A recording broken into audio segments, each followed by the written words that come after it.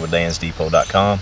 Looking at another edible plant today. There's two variations of this plant right next to me called Plantain. This is lance leaf plantain and this is broad leaf plantain. So we're going to talk about the edible and medicinal qualities of this plant. So we've got the two varieties again of plantain are lance leaf or English plantain along with common plantain. They have the same qualities except they just look different. So as far as finding where this stuff grows, it's going to grow in disturbed areas. You can find it almost anywhere. Basically open meadows or woodland edge habitat are good places to find plantain. It's not going to be real shade tolerant, so it's not going to grow under forest canopy and places of that nature. So what you want to look is open areas where there's going to be plenty of sun. So this both has edible qualities and medicinal qualities. So what we're going to do is I'm going to come close to the camera like I always do and show you these up close so you can help identify them when you're looking for them. And we'll tell you all the super cool qualities about this plant then. So these two leaves are going to have the same qualities that I'm getting ready to tell you about. The easiest thing is that it can be eaten in the spring.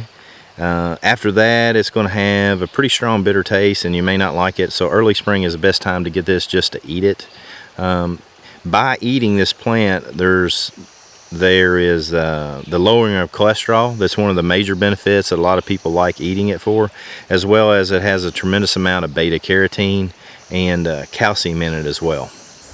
So the things that are similar on both of these plants as far as identifying is that it has parallel veins going up the entire length of the leaflet itself. I'll get closer so you can see that. You can see the veins that are going up the length of the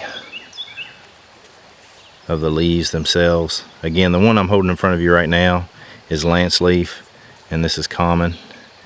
This is a seed pod for the lance leaf. So this is one of those things that maybe you saw when you were a kid and you were doing this number and shooting them. I called them shooters growing up. But on common plantain, the seed pod is going to be another 2 or 3 inches along the length of this stem, and it won't be in the shape of a ice cream cone like it is right here. It'll be a lot longer, and but it'll still have the same medicinal qualities to it as this does. Plantain can be utilized externally on the skin as well as taken internally as you digest it. It is a very soothing plant and has a cooling effect. The main thing that I use it for, I found great use for it for, is to chew plantain leaf up and make sort of like a poultice out of it and place that on bee stings or basically any type of insect sting. That'll help draw out that toxin that's in your skin and it'll soothe the pain that you're feeling from a bee sting. So almost any time that my family and I go out, one of the first things we'll pick up is some plantain and stick it in our pocket, because somebody's going to get stung by an insect, a bee or whatever on a trip, so we always want to have this available. It's just quick first aid and it's natural and it's free.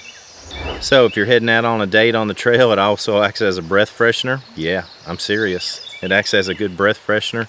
So pick it up the next time you're heading out to the movies or on that super cool date, and it'll work for you there too. Other than that, I'll have a detailed listing of all the medicinal and edible qualities in the blog post that goes along with this video. So next time, I hope to see you on or off the trail.